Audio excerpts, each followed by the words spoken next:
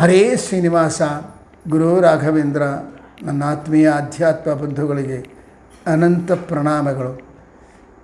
ಸುಗ್ರೀವ ಆಜ್ಞಾ ಮಾಡ್ತಾನೆ. ರಾಮ ತನಗೆ ಸಹಾಯ ಮಾಡಿದ್ದಾನಾದ ಕಾರಣ ತಾನು ಕೃತಜ್ಞತಾಪೂರ್ವಕವಾಗಿ ರಾಮನಿಗೆ ಸಹಾಯ ಮಾಡಬೇಕು ಅಂತ ನಿರ್ಣಯ ಮಾಡಿ ಇಡೀ ದೇಶದಲ್ಲಿರ್ತಕ್ಕಂಥ ಕಪಿಗಳನ್ನೆಲ್ಲ ಕರೆಸ್ತಾನೆ. ಎಲ್ಲ ಕಪಿಗಳು ರಾಮನ ಸನ್ನಿಧಾನಕ್ಕೆ ಬಂದು ನಿಂದಿರ್ತಾವೆ. ಆಗ ಸುಗ್ರೀವ ರಾಮನ ಎದುರಿಗೆ ಒಂದು ಗುಂಪಿಗೆ ಹೇಳ್ತಾನೆ, ನೀವು ಪೂರ್ವ ದಿಕ್ಕಿಗೆ ಹೋಗ್ರಿ, ಪೂರ್ವ ದಿಕ್ಕಿನಲ್ಲಿ ಎಲ್ಲಾದರೂ ಸೀತೆ ಇದ್ದಾಳ ಹುಡುಕಿಕೊಂಡು ವಾರ್ತೆ ತೊಗೊಂಬರಬೇಕು. ಇನ್ನೊಂದು ಗುಂಪನ್ನು ಕರೀತಾನೆ, ನೀವು ಪಶ್ಚಿಮ ದಿಕ್ಕಿಗೆ ಹೋಗ್ರಿ ಅಂತಾನೆ. ಇನ್ನೊಂದು ದಿಕ್ಕಿಗೆ ಹೋಗ್ರಿ, ಅದು ಉತ್ತರ ದಿಕ್ಕಿಗೆ ಹೋಗ್ರಿ, ನೀವು ಸೀತೆಯನ್ನು ಹುಡುಕೊಂಬರ್ರಿ. ಹೀಗೆ ಪೂರ್ವ, ಪಶ್ಚಿಮ, ಉತ್ತರ ದಿಕ್ಕುಗಳಿಗೆ ಕಪಿಗಳ ಶ್ರೇಷ್ಠ ಕಪಿಗಳನ್ನೆಲ್ಲ ಕಳಿಸಿಕೊಡ್ತಾರೆ. ಅವರು ಸಮರ್ಥರು, ಎಲ್ಲಿಗಾದರೂ ಹೋಗಬಲ್ಲ ವ್ಯಕ್ತಿಗಳು. ಅವರು ಹೋಗಿ ಹುಡುಕೊಂಬರಬೇಕು. ಕೊನೆಗೆ ದಕ್ಷಿಣ ದಿಕ್ಕಿಗೆ ಹೋಗಬೇಕು ಅಂತನ್ನುವಾಗ ಅಂಗದ ಮೊದಲಾದವರನ್ನು ಕಳಿಸ್ತಾನೆ ಭೀಷಣ. ಆಗ ರಾಮ ಪೂರ್ವ ದಿಕ್ಕಿಗೆ ಹೋದ ಕಪಿಗಳು ಹೋದ್ರಲ್ಲ, ಆ ಒಬ್ಬ ಕಪಿಗೂ ಕೂಡ ಇಲ್ಲಿ ಹತ್ತಿರ ಕರೆದೇನೆಯ, ಪೂರ್ವ ದಿಕ್ಕಿನಲ್ಲಿ ಸೀತೆ ಇದ್ದರೆ ನಿಮ್ಮನ್ನು ಗುರ್ತು ಹಿಡಿತಾಳೋ ಇಲ್ಲೋ, ನೀವು ಕೋತಿಗಳಲ್ವ, ನಿಮ್ಮನ್ನು ನೋಡ್ಕೊಂಡು ಯಾರೋ ರಾಕ್ಷಸರು ಅಂತ ಅಂದ್ಕೊಂಡೆ ಕಟ್ಟಾಗ್ತದೆ, ತಗೊಂಡು ಗುರುತು ಅಂತ ಪೂರ್ವ ದಿಕ್ಕಿಗೆ ಹೋಗುವ ಕೋತಿಗಳು ಯಾರಿಗೂ ಕೊಡಲಿಲ್ಲ. ಪಶ್ಚಿಮ ದಿಕ್ಕಿಗೆ ಹೋಗತಕ್ಕಂಥ ಕಪಿಗಳಲ್ಲಿ ಯಾವ ಕಪಿಗೂ ಒಂದು ಗುರುತು ಕೊಡಲಿಲ್ಲ. ಉತ್ತರ ದಿಕ್ಕಿಗೆ ಹೋಗತಕ್ಕಂಥ ಕಪಿಗಳಿಗೂ ಒಂದು ಗುರುತು ಕೊಡಲಿಲ್ಲ. ದಕ್ಷಿಣ ದಿಕ್ಕಿಗೆ ಹೋಗತಕ್ಕಂಥವ್ರು ಒಳ್ಳೆ ಸಮರ್ಥರು. ಅಂಗದ ಹೋಗ್ತಾ ಇದ್ದಾನೆ. ಅಂಗದ ಅಂದರೆ ಸಾಮಾನ್ಯ ಅಲ್ಲ, ವಾಲಿಯ ಮಗ, ಅಪೂರ್ವವಾದ ವ್ಯಕ್ತಿ. ಅಂಗದನಿಗೂ ಏನು ಗುರುತು ಕೊಡಲಿಲ್ಲ. ಜಾಂಬವಂತ ಎಲ್ಲರಿಗಿಂತ ಹಿರಿಯ ದೊಡ್ಡವನು, ಆ ಜಾಂಬವಂತನಿಗೂ ಏನು ಕೊಡಲಿಲ್ಲ. ಅಷ್ಟು ಸಾವಿರ ಕಪಿಗಳ ಮಧ್ಯದಲ್ಲಿ ವಿನಮ್ರನಾಗಿ ಕೈ ಜೋಡಿಸಿಕೊಂಡು ರಾಮ್ ಅಂತ ನಿಂತುಕೊಂಡಿರ್ತಕ್ಕಂಥ ಹನುಮಂತನನ್ನು ಕರೀತಾನೆ. ಹನುಮಂತ ಇಲ್ಲಿ ಬಾ ಅಂತಾನೆ. ತಕ್ಷಣ ಬರ್ತಾನೆ. ಸ್ವಾಮಿ ಏನು ನಿನ್ನ ದಕ್ಷಿಣ ದಿಕ್ಕಿಗೆ ಹೋಗ್ತೀಯಲ್ಲ, ನಂಗೆ ಗೊತ್ತದೆ, ಇದು ಆ ಸೀತೆ ಕಂಡ್ರೆ ಈ ಉಂಗುರ ಕೊಡು ಅಂಥೇಳಿ ತನ್ನ ಉಂಗುರ ಕೊಡ್ತಾನೆ. ಒಬ್ಬ ಇಡೀ ಕಪಿ ಸೈನ್ಯದಲ್ಲಿ ಪೂರ್ವ ದಿಕ್ಕಿಗೆ ಹೋದವರು ಬಹಳಷ್ಟು ಮಂದಿ, ಪಶ್ಚಿಮ ದಿಕ್ಕಿಗೆ ಹೋದವರು ಬಹಳಷ್ಟು ಮಂದಿ, ಉತ್ತರ ದಿಕ್ಕಿಗೆ ಹೋದವರು ಬಹಳಷ್ಟು ಮಂದಿ, ಪಾತಾಳ ಕಡೆ ಹೋದವರು ಬಹಳಷ್ಟು ಮಂದಿ, ಯಾರ್ಯಾರಿಗೂ ಏನೊಂದು ಉಂಗುರ ಕೊಡಲಿಲ್ಲ, ಯಾವುದು ವಸ್ತುವನ್ನು ಕೊಡಲಿಲ್ಲ. ಆದರೆ ಹನುಮಂತನಿಗೆ, ದಕ್ಷಿಣ ದಿಕ್ಕಿಗೆ ಹೋಗುವ ಹನುಮಂತನಿಗೆ ಮಾತ್ರ ರಾಮ ತನ್ನ ಅಂಗುಳಿಕವನ್ನು ಅಂದರೆ ಉಂಗುರವನ್ನು ಕೊಟ್ಟು, ನಿನಗೆ ಸೀತ ಕಂಡ್ರೆ ಇದನ್ನು ಕೊಡು ಅಂದರೆ ರಾಮನಿಗೆ ಗೊತ್ತು ಹನುಮಂತ ಲಂಕೆಗೆ ಹೋಗುತ್ತಾನೆ, ಇವನೇ ಸಾಧನ ಮಾಡೋದು, ಲಂಕೆಯಲ್ಲೇ ಸೀತ ಇದ್ದಾಳೆ ಎಂಬುದು ಕೂಡ ರಾಮನಿಗೆ ಗೊತ್ತು. ಸುಮ್ಮನೆ ನಾಟಕ ಆಡ್ತಾ ಇದ್ದಾರೆ. ಹನುಮಂತ ವಿನಯವಾಗಿ ಅದನ್ನು ಅಂಗುಳಿಯಕವನ್ನು ತಗೊಂಡ. ಇದರಿಂದ ಏನು, ಈ ಕಾರ್ಯ ಸಾಧನ ಮಾಡುವವರು ಯಾರು? ಹನುಮಂತ. ಅವನು ಶ್ರೇಷ್ಠ.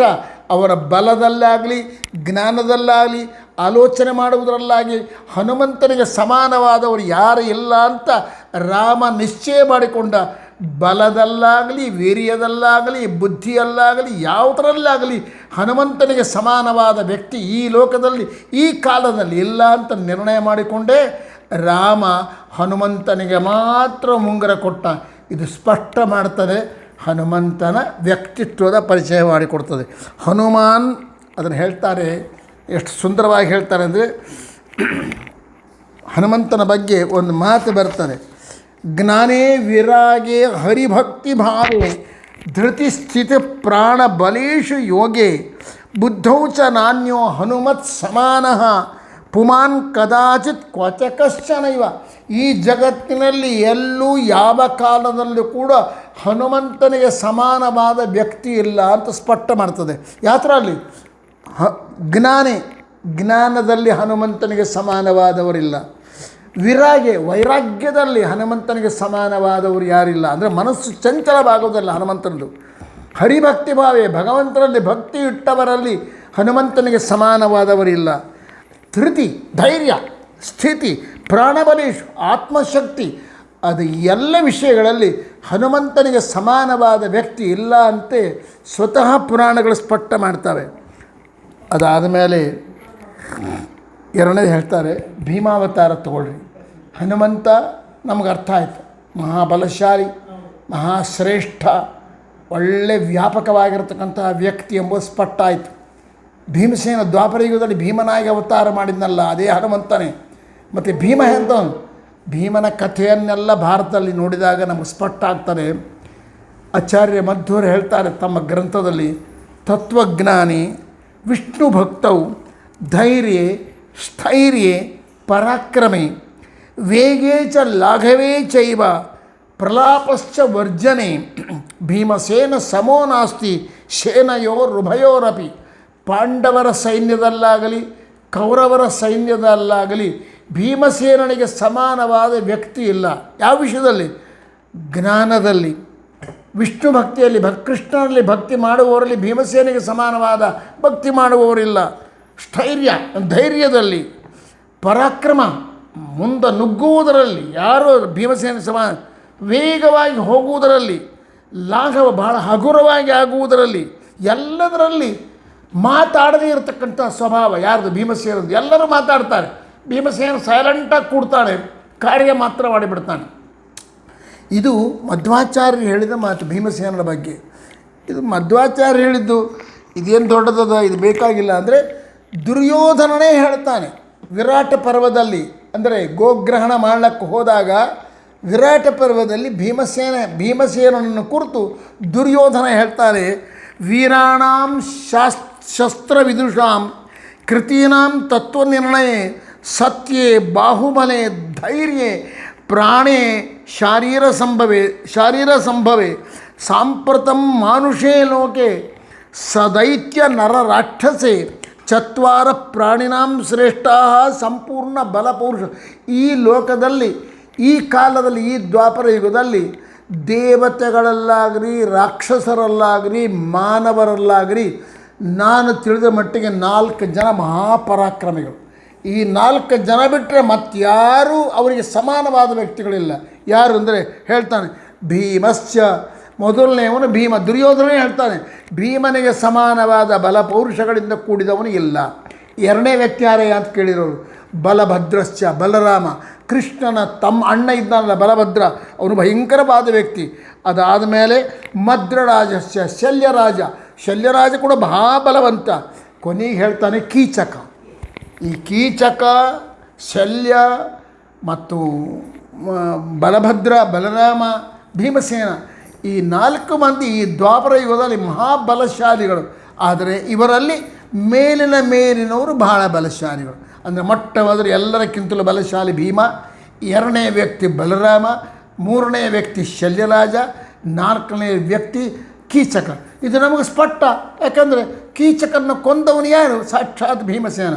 ಮತ್ತೊಂದು ಕಡೆ ಅದು ಏನು ಗೊತ್ತನ, ಕೃಷ್ಣನೇ ಹೇಳ್ತಕ್ಕಂಥ ಮಾತು. ಇದಕ್ಕೆ ಸಂಧಿಗೆ ಬಂದಿರ್ತಾನೆ ಕೃಷ್ಣ. ದುರ್ಯೋಧನ, ನನ್ನ ಮಾತು ಕೇಳು, ಪಾಂಡವರೊಟ್ಟಿಗೆ ಯುದ್ಧ ಬೇಡ. ಯುದ್ಧ ಆದರೆ ಬನೇ ಪ್ರಾಣ ನಷ್ಟ ಆಗ್ತಾರೆ, ನೀನು ನಾಶ ಆಗ್ತೀಯಾ. ಎಲ್ಲರೂ ಒಂದು ಮಾತು ಹೇಳ್ತೀನಿ ಕೇಳುವಂತ. ಎಂಥ ಮಾತು ಹೇಳ್ತಾನೆ ಗೊತ್ತಾ? ಸಭಾದಲ್ಲಿ ಕೃಷ್ಣ ಹೇಳಿದ ಮಾತು, ನ ಇಮೇ ಸರ್ವ ರಾಜಾನ. ನೀನು ನಂಬಿದ ದುಶ್ಯಾಸನ, ನೀನು ನಂಬಿದ ಕರ್ಣ, ನೀನು ಮಾಡಿದ ಶಕುನಿ, ನಿನ್ನ ತಮ್ಮಂದರು, ನೀನೇನು 11 ಅಕ್ಷೋಣಿ ಸೈನ್ಯ ಅದ ಅಂತ ಅಂದ್ಕೋತಾ ಇದೆಯಲ್ಲ, ಅವರೆಲ್ಲರೂ, ಅವರಿಗೆ ಸಂಬಂಧಪಟ್ಟ ರಾಜರು ಯಾರೂ ಕೂಡ ಪರ್ಯಾಪ್ತ ಸಹಿತಾತ್ವಯ, ನಿನ್ನೊಟ್ಟಿಗೆ ನೀನು ಕೂಡ ಅದರಲ್ಲಿ ಬರ್ತೀಯ.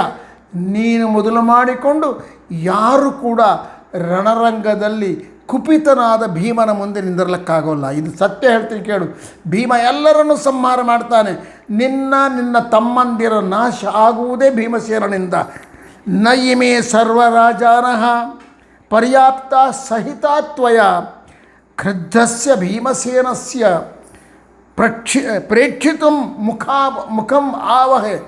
ಅವನು ಮಾರಿ ನೋಡ್ಲಿಕ್ಕೂ ನಿಮಗಾಗಲ್ಲ, ಅಷ್ಟು ಭಯಂಕರವಾಗಿರ್ತಾನೆ ಭೀಮ. ಇದು ಖರೇ ಕೃಷ್ಣ ಹೇಳಿದ, ಅದು ಮುಂದೆ ಸತ್ಯ ಆಯಿತಾ ಅಂದರೆ ಭಾರತದಲ್ಲೇ ಬರ್ತದೆ. ದುರ್ಯೋಧನ ತಮ್ಮನಾದ ದುಶ್ಯಾಸನ ಕೈಗೆ ಸಿಕ್ಕಿಬಿಡ್ತಾನೆ ಭೀಮಸೇನನಿಗೆ ಸಿಕ್ಕಾಗ ಭೀಮಸೇನ ಆ ದುಶ್ಯಾಸನ ನೆಲಕ್ಕೆ ಹಾಕಿ ಅವನ್ನ ಕೊಲ್ತಾನೆ.